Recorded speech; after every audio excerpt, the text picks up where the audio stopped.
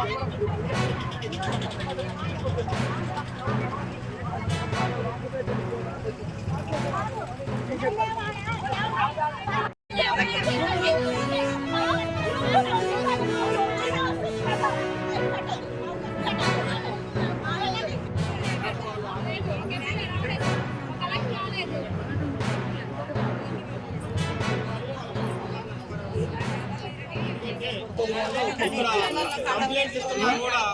పేరు మెండి భాస్కర్, ప్రజాహిత మానవ హక్కుల పరిరక్షణ కమిటీ నేషనల్ వైస్ చైర్మన్.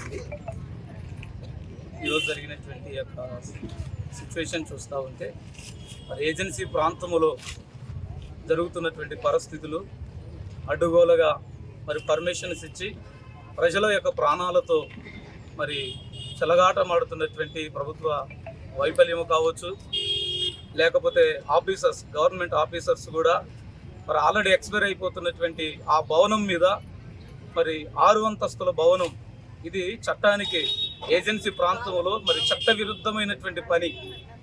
దీనివల్ల మరి కార్మికుల యొక్క ప్రాణాలతోనే ప్రజల ప్రాణాలతోనే చెలగాటమాడుతూ ఉన్నారు కనుక ఖచ్చితముగా మరి కుటుంబానికి మరి ప్రభుత్వం స్పందించాలి, నాయకులందరూ స్పందించాలి.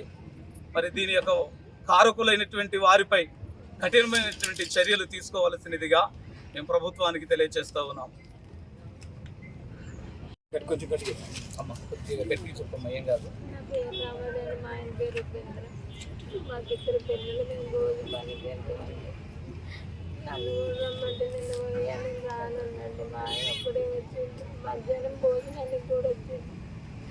మధ్యాహ్నం భోజనం వచ్చిన తర్వాత పని దగ్గరకు వచ్చిన 3 గంటలకు కూలింది. అది నాకు 4 గంటలకు తెలిసింది. ఆకలి అండి, మాకు ఏమీ లేదు. మేము ఇప్పుడు మా పిల్లలు బీటెక్ చదివించుకుంటున్నాం.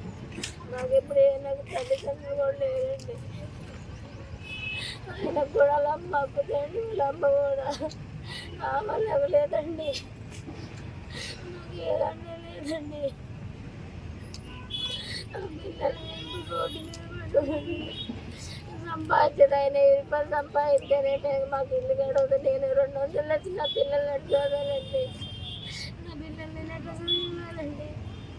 మాకు న్యాయం చేయండి. నిన్ననగా కూలిపోతే ఒక్కళ్ళైనా పట్టించుకున్న లేరు, ఒక్కళ్ళైనా వచ్చి నీళ్ళు ఇంత మట్టికి తీయలేదు. 24 గంటలు గడిచినా కానీ ఇంకా తీయట్లా. అదే నైట్ అయిన తీసినప్పుడు నా భర్తను కూడా తీస్తే బతికేవడంగా నా పిల్లలు